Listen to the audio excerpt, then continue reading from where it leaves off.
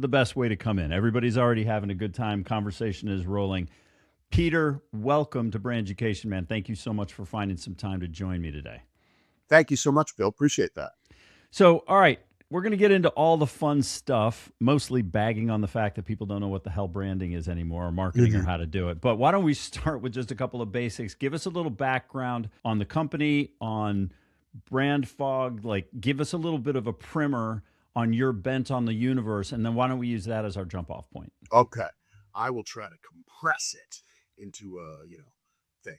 So, Brandartica is the agency I founded, which is something that came from after I had spent 15 years at Disney, not drinking the Kool-Aid. I, in fact, started that job, Bill, by walking in off the street, saw the word radio, ABC Radio, and Disney on the signage out front. I was like, what is that? It's in my neighborhood. I need to know what this is. Yeah, so I started there offering to hang drywall just for the opportunity to watch this production studio in operation later down the line. And this being 1998, people were still like cool with that sort of thing. Mentality, sure. There was no insurance issue there. They were like, sure, go ahead. Do you know how to do it? I was like, yeah, I know how to do it. Sure, I can figure it out. Anyway, I got a crash course in a lot of production work and writing and production and branding and strategy, all of it through Disney. And after I left in 2014, I really didn't know what I wanted to do with myself. I knew what I was good at, but I was like, where am I going to do this? And we had recently moved up to New Hampshire, in fact, my wife announced she was pregnant today. I was like, well, I got news too. I just quit Disney. That was fun. Surprise. Yeah. So really that was the launch point for me to start my own thing and eventually deem it Brandartica, which is really a play on something I love, which is Antarctica, and branding, art, whatever. It was an opportunity for me to do things differently. I had dabbled with agency life here and there between Disney and there. And I didn't like it. I just didn't I didn't care for the culture. Honestly, I think a lot of people crave that, but I had enough office culture in my time at Disney. I needed something else. I just didn't like the way it operated. No offense to any agencies. There's so many good ones. It just wasn't for me. So I started Brandartica to do it the way I saw fit. And when you asked me about, basically Brandartica, we began as one of those full service agency.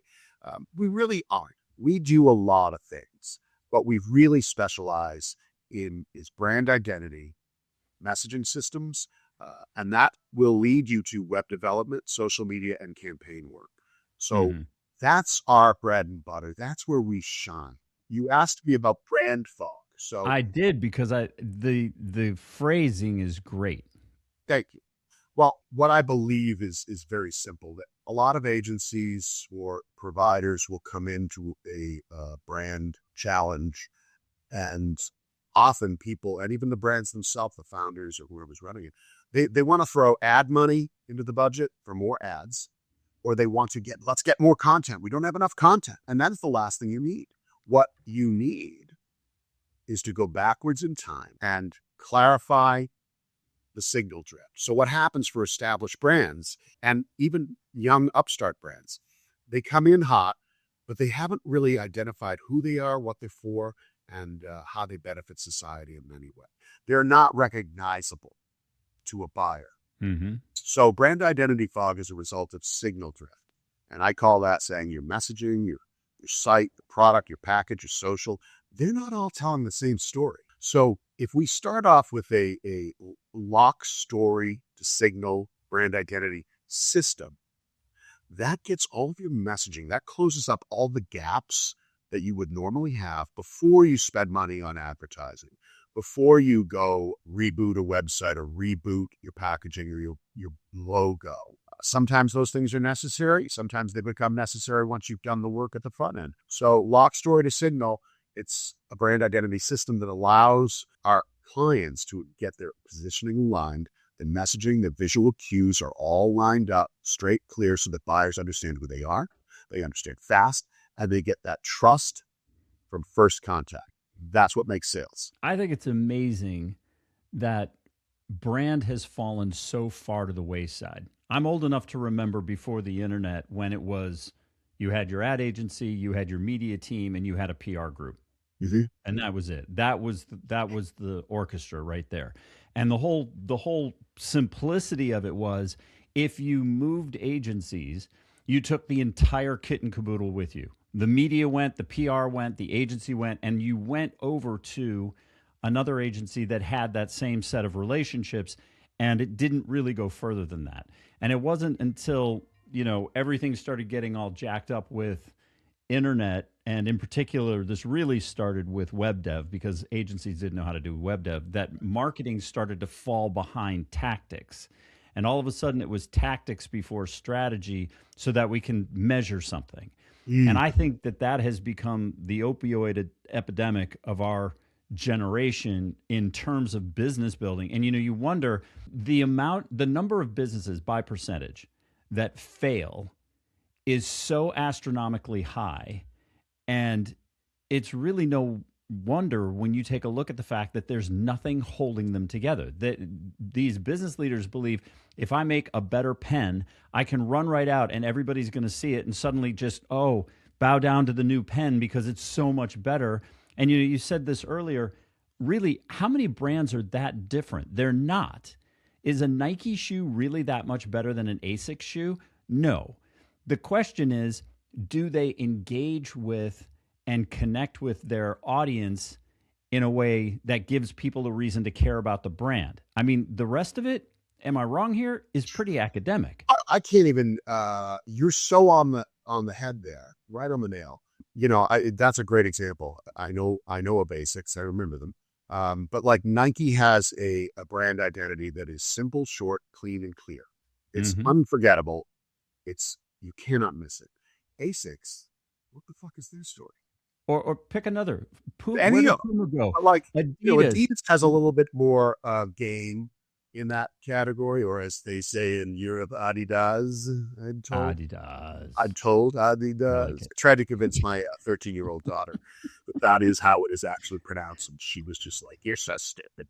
Isn't that the best part of being a father, It especially really of is. younger I'm kids, so that you get to stupid. tell them things like birds actually fly north for the winter, and then you wait until they get back from school. Well, as you mentioned with TikTok and things like that, and it's like now I'm getting the, yeah, did you know that blah, blah, blah, blah. That's not true. That is not that.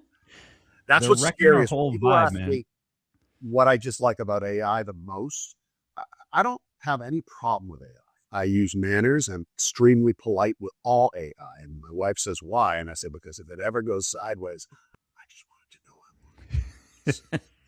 But like kids and many adults, they can't tell the difference anymore. They don't know what's real and what's not. And that to me is the downside. Journalistic integrity just flat out fell off the face of the planet. And it's crazy that content is simply assumed to be true. That's that's nuts. That's Yeah. absolutely, like, for my generation, that doesn't make any sense at all. Doubt everything, question twice. This was our equivalent of measure twice, cut once. Like, it doesn't make any sense to just read something and assume it's accurate. And yet now everybody's like, "Oh my god, did you see?" And I'm like, "Did I see? Did you research? Did you confirm? Did you do anything? Did you have critical thinking in any way, shape, or form?" Well, no. Like, I just saw 19 people talked about it, and I'm like, "And what the Yeah. hell does that have to do with anything?" Well, so that brings you back to branding. And a lot of people I know in the past would say, oh, they would say, you're in marketing. And I say, no, I'm not in marketing. Nothing wrong with it. It's just, that's not what I do. And they would say, oh, branding. Oh, so you do like commercials and stuff. Well, it's part of it. And they say, well, that's just lies. You're a liar. So, Right. yeah, okay, well, sure, but I'm a really good one. My truthful stories are stranger than fiction, frankly. Many people never believe half the things I tell them about my life. And I go, that's okay, because it is what it is. But like with branding and AI, all of that stuff, I go, you still need a human being. It's like Photoshop. What you put in is what you get out. I don't know how to use Photoshop very well. So if I use Photoshop and put stuff in, it comes out looking like shit, right? It looks like a really good Canva creation. But like, it's the same to me with AI. And when you get into this part, people, I've got someone now who's like, well, I don't need you for our website. My AI builds it. And I was like, That's why we're talking, is because your website is so AI looking. It's not there yet. I think it's weird. If you go back and you watch the Adobe presentation, the summit presentation from last year, Okay. it was the most terrifying thing I have seen in decades, because there was no discussion about brand in the way that you and I are talking about it. And I think your point is incredibly well made, that businesses have flat out forgotten. And I blame Harvard for this, because as Harvard goes, so does every other MBA program and SWOT analysis idiot, whatever. And I've got nothing against, yeah, see, I've got nothing against MBA programs in general, but they have forgotten that there actually needs to be a person that cares enough on the other end of the thing to engage in some way, shape, or form. And That's right. I'm trying to figure out where that got lost. I'm trying to figure out how it is that we lost sight of the fact that there are people that ultimately have to make these decisions, and that we have to appeal to something about them. And so anyway, getting back to the Adobe Summit, Adobe comes out and it's very, you remember the presentation Steve Jobs did for the iPhone, right? And like the room is just like, blood pressure couldn't be higher with the excitement, right? It might as well be a concert. And like everybody's there and they're watching and they go, "You're not going to believe what we're going to be able to do. We have 3 content buckets. The first one is assets that you've approved from images. And the second one is assets you've approved that are brand. And the third is a prompt that you've approved for headline treatment. And watch this." And a big finger comes down from the CEO or whoever it was that was presenting and hits this button. And the automation goes bonker balls. And it spits out the most treacherous, vile, useless, common denominator, lowest bullshit, just on a conveyor belt. It was just one Hershey's Kiss dump after another of the same thing. The headlines didn't make any sense. The things that they did didn't line up. The imagery just sat on top of backgrounds that made no sense. And the room went nuts. Oh, yeah. Everybody was like, "Oh my God." And Adobe stood there and said, "You're never going to have to do sizes again. Watch this." And they hit another button, and it takes all of this craptastic nonsense that they've just created, and suddenly it formats it into 94 sizes. Now, I'm like to give some credit to their thinking. I'd like to just give them the benefit of the doubt that what they were seeing was, okay, this is the tool in its infancy, and I'm looking forward. But unfortunately, I no longer believe that. I think now it was sort of like, well, people don't have education, and that's why we have such a disparity in our society. So if we give everybody access to everything through a phone, it's going to level out the education process. Well, clearly that didn't exactly pan out, and I don't think this one is either. I think it's the same thing all over again. I think now what businesses are doing, and they're like, well, hell, I don't have to hire anybody that thinks, because if I do this button, I get my own unique solution. And I think you said it best earlier in the pre-discussion, which is, are we really any different to begin with? Because when they hit that button, they're getting the exact same solution set as every one of their competitors that's doing the same thing. And I just don't think any one of them thought of that. I think they were all sitting there going, dude, I never have to make a 728 by 90 banner again. I'm calling my mom. I'm calling my wife. I'm like, it's a celebration day. And rightly so. Nobody should be making that shit anymore anyway. Yeah. But at the end of the day, right along with it, the baby went right out with the bathwater. The last vestige of thinking or appreciation for strategy just went right out the drain. Yeah. There's only so much I feel like it just sucks the life out of things, takes the flavor out. You have to, that's the part that matters the most. It's those vulnerabilities, it's those non-polished moments that actually have the biggest impact. That's why, as imperfect creatures that we are, that's why we're pretty good at this stuff. It's probably why we're being visited by who knows what. Probably trying to understand what it is that these people are doing. Why? Just as an example, I had an engineer I worked with who was just a spiteful man when I was at Disney. That is a delightful title. Thank you. He was a spiteful man with a. He used to say to me, "You don't know what you're doing, blah, blah, blah." Why are you doing it that way? And how did you come about that sound? We have a CD right there with 1,700 hurricane noises on it. You spent the last 40 minutes trying to make a hurricane. Yeah, but like, listen to that hurricane that you want to import into this spot. Now listen to my hurricane. You notice anything different? Right. He was like, well, there's a lot going on in there. And here, I said, that's what a hurricane sounds like. There's a lot going on in there. I said, what I did was take that sound that you're recommending I use, that's just standard, is probably going to show up in multiple films, multiple ads, right? Audio tracks and whatnot. Yeah. I re-engineered it by scratch by using gorilla sounds and lion roars and wind and, Foley kind of tricks to sort of get the sounds I want. Why am I outside running down the building, dragging a shovel across the bricks? I'm recording it, and I'm mixing it all into this one thing that becomes this hurricane that is unlike any other one you've ever heard. And that is what you will not get by taking the AI shortcut. You will never get that uniqueness, that effectiveness by just relying on AI.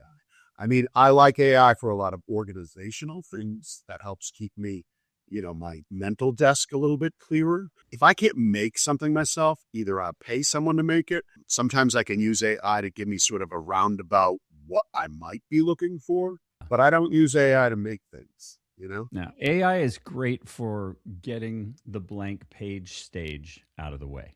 Yeah. Like, here, I'm going to throw this thing up so that I can disagree with it.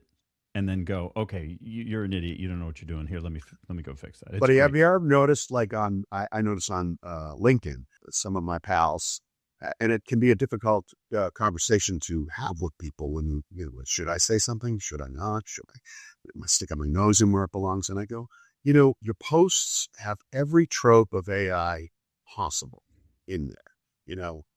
When I see, but here's the truth, or that really hits, I go, you didn't write that. Everybody else is writing that. And all those little M dashes. I mean, who uses those in real life? Some people.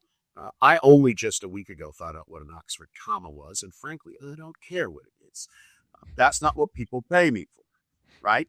They don't pay me for punctuation and grammar. But anyway, I go, you look at it and you've got now someone posting something that's pure AI, not a single thought that seems to be their own.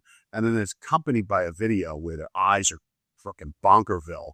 And I go, if you're not ready to do video, like talk on video, then work on it, right? AI doesn't solve that. It doesn't make you good at it. It makes you weird. For sure. You agree? I do. I think AI is going to take its place the way so many other things do, where in the beginning, everybody abuses the tool because it's new. And then eventually it takes its place and the dust settles, and it will be very good at aggregating data. It'll be very good at helping to give smaller companies the ability to do things they couldn't have afforded before. It already has leveled the playing field from a creative production standpoint. You can produce now at a higher level. If you have an intern or a junior design person, what a lot of folks will do is they'll say we've got to resize this creative 47 different sizes. Here, you go do it. And it's got a great use of their time. If you can use AI to do that and it does it well without, corrupting the artwork or cocking it up. Yeah, great. Sure. So, but in that case, I go, now you can actually give that intern or that junior designer something, useful, something intelligent, something that helps rise them up a little bit to go do. They shouldn't be burning their time on stupid shit like that if you can get AI to do it, consistently well. All right. So here you are with the curse of knowledge. You knew what real marketing and branding was before this ridiculous nonsense that came along, right? The emperor actually doesn't have any clothes. Yep. So when you're sitting down with a company that is tactics dependent, ROAS dependent, has to have everything 5 minutes ago, how do you get them off the ledge? What's your strategy for getting them to slow down long enough to say, look, you're literally racing to the bottom. You don't realize you're doing it, but you're literally, you corkscrewed your way to, I had to hit a number by Friday, and you don't realize that every Friday you're making some kind of concession that in the long game is literally putting you out of business if you just pick your head up. You've got to differentiate. Where do you start that conversation with them? For me, I find that the first question I want to ask in that situation is, before we're on the edge, we're on the ledge, standing over the precipice, and you need what you need yesterday. You need someone to bend the time-space continuum and make that square peg fit in a round hole. Great. But first, let's find out how you got here. That's what I usually start with, is tell me how you got here. Tell me what it was that led you up to this moment, yet another Friday, 1 month later, where you're back out on the ledge in panic mode. A lot of times people go, I'm not here for that, Peter. I'm looking for solutions. And I go, yeah, I know. But we can't create a solution that sticks until we know what's getting you here in the first place. So if we can fix that first, that'll give us enough time before next month's Friday, when you're out on the ledge again, to actually address the whole problem. So I think that, again, that leads me back to clarity. Is the marching orders for the team clear? Is everyone speaking the same language?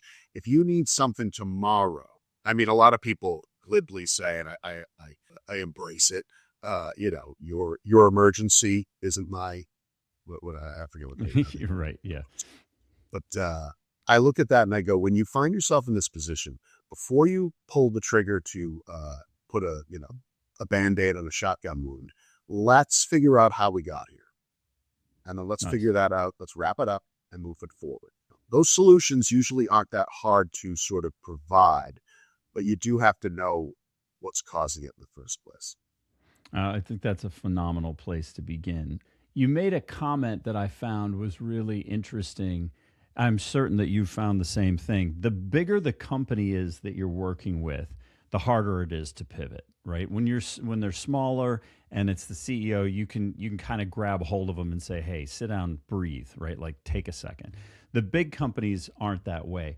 You said something in one of your previous, I've forgotten if it was a post that I was reading or whatever, that big brands have budget and small brands have permission. And I thought that was a really great way to talk about exactly what you're saying, which is you've got plasticity here. Like you've got flexibility and movement here that they don't have. If you slow down for half a second, you don't realize just how much of an advantage you actually have. That's right. That's right.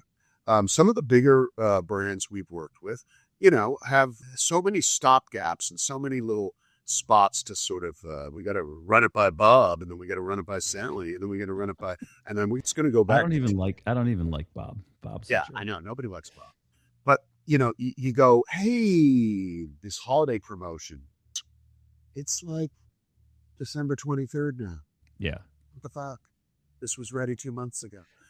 That happens. I've even seen that happen with smaller companies where they get obsessed over the minutia of a lot of smaller brands and founder-led brands get obsessed about their social media, as if, like, you put this post out, and if it's something's maybe, usually people say, well, it doesn't sound like me. Well, that's because it isn't you. Right. Just as post is the brand talking. You're the founder. You have a different voice. Your voice is not that voice. I always try to avoid the word pivot, and I talk about adapt or evolution, evolving. Adapting is what gets you through. And that means some people adapt, and that's more of a quick pivot, right? And those smaller companies have the ability and the freedom and the permission to do so at will.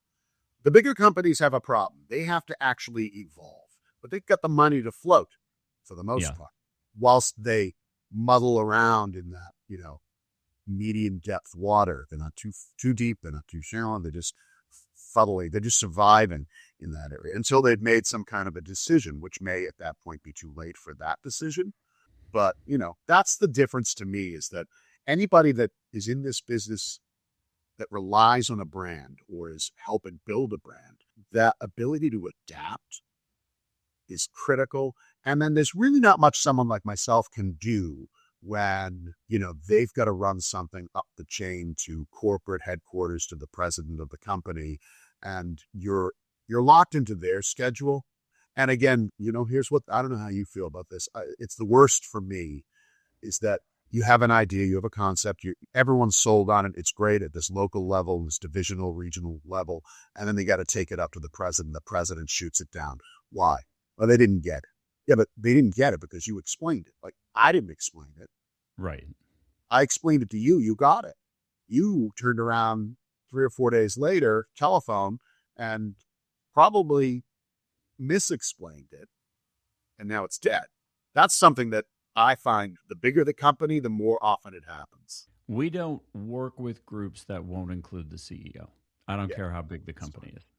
It's just an agency thing. Like we just won't do it because I know what's going to happen is the very thing you just described. And the team that's been running around, the thing that's, and this is agency inside baseball, but the worst part about it is the fact that as vehemently as they supported you in the room without the CEO is exactly how far they will go as a windsock the second that the CEO is in the room. If they stood by you staunchly, making claims about going into the battle with you, you've already lost. You just don't. You're the bear that's shot in the woods that's still walking. You just don't know you're dead yet. You just haven't fallen down yet. All right. No, go ahead. I was going to say, I've never had a problem telling a CEO, a founder, or anybody else involved in the chain that you invited me in for this and your baby's ugly. Right. I'm just telling you, if you can't see that, we got a bigger problem. If you think I'm wrong, then you got the wrong guy. That's okay.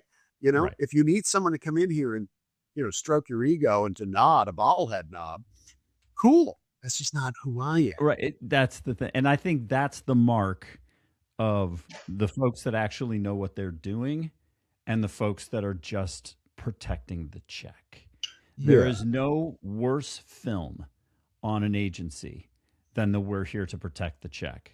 Those guys stink to high heaven. And you can see them a mile away. That is true. And the other side of it is, and again, there's two ways to approach it. And sometimes one takes precedence. I'm not here to be right. I'm just here to make it work. I'm here to make it work, But when you find that something is so broken and they're so unwilling to make the changes that will allow it to move forward, sometimes you have to walk away. You're not going to fix it. No, you can't fix it. And then your name is attached to this broken thing and you will probably be blamed for it multiple times moving into the future. Well, and have you found this is so true for us? Maybe it's the same for you. The second that you acquiesce, you become an employee. Like the slide from you were an expert to you're somebody else that I dismiss is virtually instantaneous. The second that you do that, it's like, oh, well, that guy. And that's it. Really, you're done. And you and I are both saying the same thing. We're not there to like be combative or persnickety about the whole thing. We're not there to do that. We're here to help. That's what you call us in for. Well, but the thing is you don't tell your dentist how to drill your tooth. Right. You don't sit in a chair and go, I was reading WebMD. Oddly enough, I was watching a show called, Dentist or Bust on Nickelodeon last night. And, the thing is that if you just give me a mirror, I'll do my own Novocaine injection. Because I don't think you're doing it right. I don't know what it is. Like, people drive in a car where they're going to die if something doesn't work right, and they trust mechanics to do their brakes without saying a fucking word. Dentist is such a good example. I don't have to like the dentist. They just have to be good at it. It's just I need to know that my tooth isn't going to hurt when I leave. Yeah. I don't have to see you again for a while after this. Right. But, I just need to know that you know what you're doing, and I trust that. The big kiss of death to me is, and I just parted ways with a client after 9 years, and I adored working with them for the first 5 or 6 years, and then it slowly. You held on a long time. You're a lifer, man. It was great, and it was so. It's funny because it was a bank, and I'm like, I love working with banks, except for the fact that they're impossible to work with. If I could find a bank that like could understand and like let you do it, that would be great. I don't know if it exists. Maybe credit unions are the way to go. Somebody was asking me the other day, why don't you go after pharma and healthcare more often? They've got so much money. I was like, have you ever tried? worked with those groups? If you Yeah. did, you'd understand. But you know what the thing that put the nail in the coffin for me? Well, several things. The coffin had been well sealed by the time we got around to the final conversation. The final throes. Yeah, death throes. I'm dead. I'm dying. Oh, God. They said, well, first of all, they said, you seem frustrated. Tell me why. I fell for it. I was like, oh, you didn't answer him. Oh, Did you answer him? Oh, yes. Well, but I'll tell you. You flip the switch. You're saying listen, I don't like light in the room. I think I'm just going to turn that off. But what really the final straw for me was being told, we do exactly what you do. You're not the only one who doesn't do this. And I was like, was this a quote in the room? This is what they told me. Oh. This is what the person in charge of this was telling me, was that, you're not the only person that does this. I've got experience in marketing. And again, did they take a class? Because that's almost always what comes next. That's essentially what it was. I took a class. Yeah, they took a class in this a while ago. College, whatever. It's usually, I took a class in college. It's always tempting for me to say, which community college was that? Because hey, I don't. I went to community college, man. I was there for 45 minutes. Community college, but you stuck with it to the end. I stuck with it for 45 minutes. Then I took my book money. I went and got a tattoo in New Hampshire. You're killing my argument. You're jacking up my whole thing. All right. So we've recognized that brands don't recognize the need for differentiation yet. We've talked about the fog that you're kind of taking them out of. We talked about the fact that small brands have more of an opportunity to pivot than the big ones do. One of the other things that I heard you say that I just so agree with, it was hard choosing for this podcast because I was like, yes, I agree with that thing and I agree with that. I was trying to find something that, we could dive into. But this notion that brands are not for everybody. Like you have to choose, I'm not for them, I'm for them. Mm-hmm. Talk about that a little bit, because I think that's just one of those pieces that just blows people's minds. Like, but we have something for everybody. Yeah. Yeah, that's usually that means you have nothing for anyone. That's the translation. If we have something for everyone, it means I have nothing for anyone. That you cannot be for everyone. And I've seen people walk into that, even using it as a mantra. It sounds catchy, but we're this for everyone. Yeah, I think that it's important for people to understand that a brand is really a story system, and you have to decide, just like I have to decide. Like when I used to say, "Oh no, I can work in any medium, any client, any category, any industry," you want to end up with a whole lot of nothing. You do have to decide who's your audience. I worked recently with someone who's way outside my ICP, my insane clown posse, and I said, who are you for? And he told me 5 or 6 different categories. I said, okay, now pick one. Why do I have to pick one? Just pick one. Right. And he picked one. I said, it doesn't mean you can't have a secondary or a thirdary, but we're only going to focus on this one, and that's it. That's what you're going to do. You're going to do it successfully. And once you've nailed it and got it down and expanded your business and your horizons, you can entertain the others. But just get the one. So for brands, I go, you're never going to be everything to everyone. There's too many options, too many choices. The best thing a brand can do is be so concise and clear, so recognizable on the shelf or in the store or on the online, that a customer can recognize them in 3 seconds. I don't mean recognize the package. They recognize who they are and what they solve, right? And once that's done, you can compete with the big companies, the bigger brands who have all the money in the world, because you're not just an alternative. You're a choice. You're a new choice. And the best part to me about that, and I tell brands to do this all the time, when you get this straight, you don't have to do these discounts. Every brand goes back into that, we better discount, we better BOGO this thing. Right, yeah. If you're BOGOing it at this stage, you're dead. It means, all it tells me is that your story is so unclear that you're relying on the most lowest common denominator to try to jump sales. You're not willing to fix the things that need to be done to make the sales. You're just willing to jump the sales from, the simplest, easiest thing. And what does that tell people? That tells consumers that these guys are, it's a cut quarter, fly by night. They'll do anything for a buck kind of operation. Is that Yeah, right. Exactly. Nothing to see here. Just keep going with it. If it's premium, like, Bill, would you buy a Rolls Royce off Craigslist? No. I don't think so. I know I wouldn't. If I were to buy a Rolls Royce, if I had the money to go buy a Rolls Royce, I want the whole treatment. I want to go in. I want to be treated like a Saudi prince. I want to be given champagne and have my foot massaged and choose and look at them all. And, I want the treatment. You don't go buy a Rolls off Craigslist. So for a brand, if you act premium and you sound premium, you are premium. And people don't want to pay less for premium. They're okay. What's one thing that you love, Bill, that you'll pay for it no matter what, whatever the cost? Porsche. Yeah. I mean, to me, like I'll scale it back from me. Like a really great thick steak, right? Prime rib, filet. It's not my favorite, but like a really great steak. I don't care what it costs because when I want that really great steak, I'll pay for it. I do not want the manager's special because it leads to questions. Right.